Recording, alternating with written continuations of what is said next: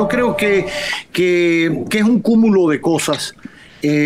Primero, la desviación que ha habido de lo que es el conocimiento de la medida de coerción, que se ha convertido casi ya en un juicio de fondo con estos discursos y con esta gallareta, porque al final eso tiene un impacto social. Realmente, como la sociedad ha exigido un combate fuerte contra la corrupción, de alguna manera el Ministerio Público, para también aupar su política de lucha contra la corrupción, para llevar a los culpables ante un juez y llevarlos ante la cárcel si al final así se prueba. Bueno, ha convertido la etapa de la coerción, que simple y llanamente, ya lo hemos explicado otras veces, no voy a dedicarme a eso, en un juicio donde se ven este tipo de cosas que son casi más alarmantes que pruebas en sí. Como decía Francisco, es un discurso. Ahora, lo que hay que ver cómo eso está en papel y cómo un juez valida que ese discurso se convirtió en prueba y tiene una fuerza jurídica para ir a un juicio de fondo. Simple y llanamente. Entonces, hay que corregir primero lo que hemos trastocado de la coerción. Yo creo que son opiniones sanas al proceso, al Ministerio Público.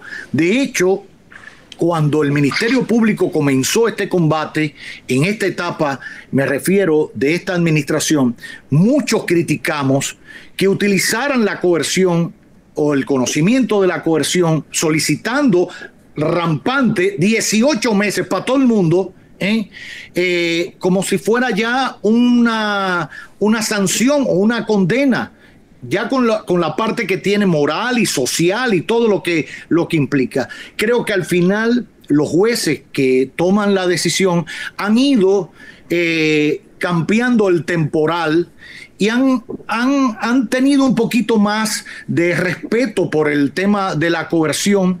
Ya hemos visto cómo en los últimos casos unos van a cárcel, otros van a su casa con grillete, otros van con otras condiciones, etcétera, etcétera.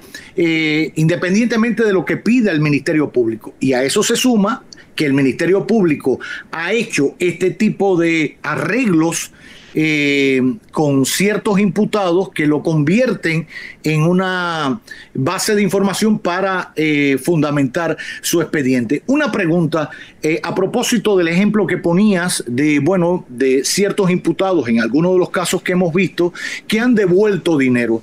¿Eso qué basamento legal tiene en este momento? O sea, porque fue un titular la semana pasada y fulano devolvió tanto y cantó tanto y el otro devolvió no sé cuántos millones.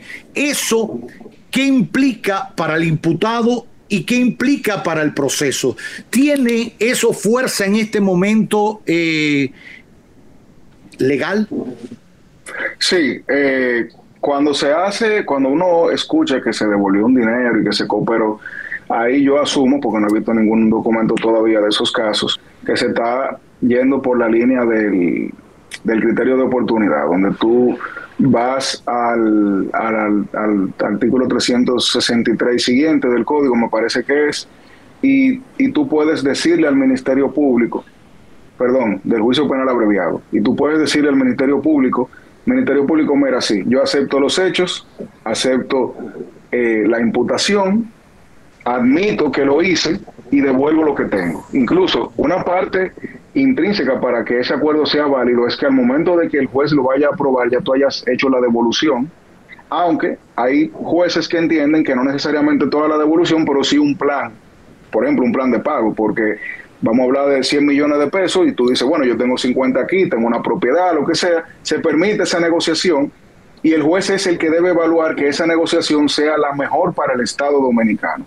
Sin embargo, de ahí sale un documento, una sentencia que dice, reconozco todo esto, él va a pagar todo esto y además, si falla, se acaba todo y entonces de nuevo se le tira arriba todo el engranaje judicial. Entonces, ese juicio penal abreviado, que es una de las formas en las cuales se manifiesta la justicia penal negociada, es quizás para mí la que se está utilizando ahora mismo, o la que se va a terminar utilizando con estos casos, porque va a implicar que ellos reconozcan la imputación, reconozcan los hechos, por eso se le baja los años o se le da algún tipo de beneficio y ellos tienen que devolver el dinero.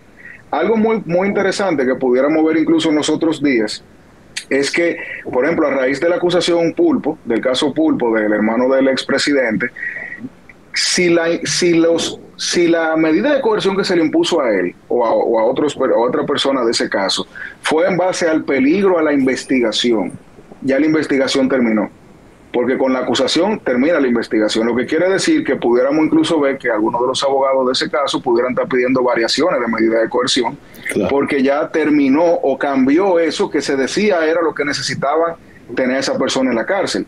Entonces, nosotros estamos viviendo una época del Poder Judicial muy importante porque se está dando mucha jurisprudencia que va a marcar quizá los próximos 2, 3, 4 años de la política criminal del Estado sobre la medida de coerción, sobre las variaciones de la medida de coerción, sobre la justicia penal negociada, que aunque no está como debería estar en el código, sí la jurisprudencia ha estado coqueteando con la idea desde hace varios años. Entonces, yo pienso que cuando se dé esa discusión de la medida de coerción, de la variación, por ejemplo, del caso de Alexis Medina, también vamos a tener otro insumo más de ver por dónde va la justicia, porque el Ministerio Público debería ser el primero que dijera, sí, ya yo investigué, ya él se puede ir para su casa, un impedimento de salida, un grillete, lo que sea, para que no se sustraiga del proceso, pero la peligrosidad que implica tener a un inocente todavía en la cárcel, en teoría cesa con la presentación de la acusación. O sea que ese también sería otro tema interesante que en los próximos días, supongo yo, pudiéramos estar viendo. Claro, que hay que decir que ya lo hemos vivido de alguna manera con el caso de Brecht en nuestro país. Todos comenzaron en aquel gran expediente que después se fue decantando y estaba en la Suprema y después pasó a otro nivel, etcétera, etcétera. Empezaron en la cárcel todos, lo recuerdan, ¿no? Todos en la cárcel, y después cuando comienza el juicio de fondo, porque ya la etapa de la investigación concluyó, ¿qué pasó con todos? Todos fueron para su casa. ¿Eso quiere decir que la justicia está mal? No, todo lo contrario. Quizás en la investigación había elementos suficientes que iban a romper un papel para que la gente lo entienda, o se iba a fugar en un avión o algo por el estilo. Y bueno, y el juez determinó, le aceptó ese argumento al Ministerio Público y lo dejó preso. Terminada la investigación, ellos no podían sustraerse del proceso ni romper un papel. ¿Qué hizo el juez? Los mandó para su casa. ¿Alguien faltó al proceso? ¿Alguien se sustrajo del proceso? Ninguno. Siempre reitero eso. En 2 ocasiones, uno de los imputados, y lo menciono porque es público, Víctor Díaz Rúa, acusado, uno de los acusados, viajó a España y regresó. Otro de los acusados, Ángel Rondón, con su hijo enfermo de gravedad, que finalmente, lamentablemente, murió. Ángel Rondón se pasaba todas las noches y madrugadas con su hijo en cuidados intensivos en Sedimá, y al otro día en la mañana en la audiencia, ahí estaba.